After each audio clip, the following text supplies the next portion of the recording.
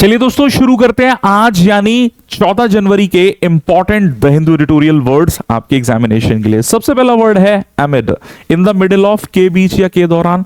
Tensions, इसका मतलब क्या होता है? तनाव जिसे बोलते हैं, है ना, स्टेट ऑफ स्ट्रेन और कॉन्फ्लिक्ट। एंगेजमेंट, किसी चीज में एक्टिव इन्वॉल्वमेंट, सहभागिता जिसे कहते हैं। फाइनलाइज यानी ऑफिशियली किसी चीज को कंप्लीट किया, अंतिम रूप देना।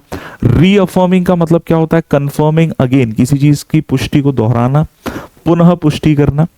Geopolitical, related to global political relations. Turmoil का मतलब क्या होता है? टर्मोइल मतलब एकदम उथल पुथल वाली अवस्था, स्टेट ऑफ क्योस जिसे बोलते हैं, है ना, अपीवल। सब्सटेंटिव, मीनिंगफुल एंड इंपॉर्टेंट, ठोस या सार्थक कोई चीज है। आउटकम यानी किसी भी चीज के परिणाम, रिजल्ट जिन्हें बोलते हैं कॉन्सिक्वेंसेस के रूप में, ठीक है। Next one is precursor, something that comes before, यानी बोलते हैं ना एक प्रकार से भविष्यवाणी के संकेत, राइट। तो इसे हम लोग पूर्व संकेत, प्रारंभिक चरण किसी भी चीज का, प्रीकर्सर, हार्बिंजर जिसे कहते हैं।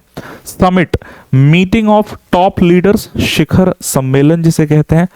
पिच, पिच का मतलब कोई प्रस्ताव रखना, प्रस्ताव रखना मूल रूप से प्रेजेंट और promote an idea.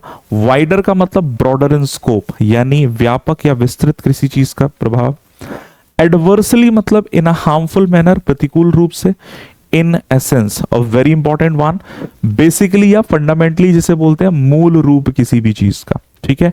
Deal with, ठीक है, डील विथ मतलब बी रिलेटेड टू, हैंडल करना किसी चीज को, किसी चीज से संबंधित।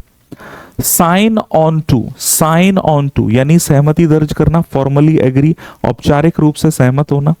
पिच इन्वेस्टमेंट्स अभी हमने देखा, promote investment to opportunities. Trade passing, it is important, है ना। एक्सीडिंग अ लेवल, व्यापार सीमा पार करना, $50 बिलियन पैराग्राफ में भी हमने देखा उसकी trade passing. Last one is enabling agreements, मतलब agreements that make future actions possible, ठीक है। तो इसी तरह के वर्ड्स को हम लोग डिटेल में डिस्कस करते हैं 8 बजे, जिन्हें आपको लाइव अटेंड करना है ओनली ऑन एसएससी वाला YouTube channel. All the best.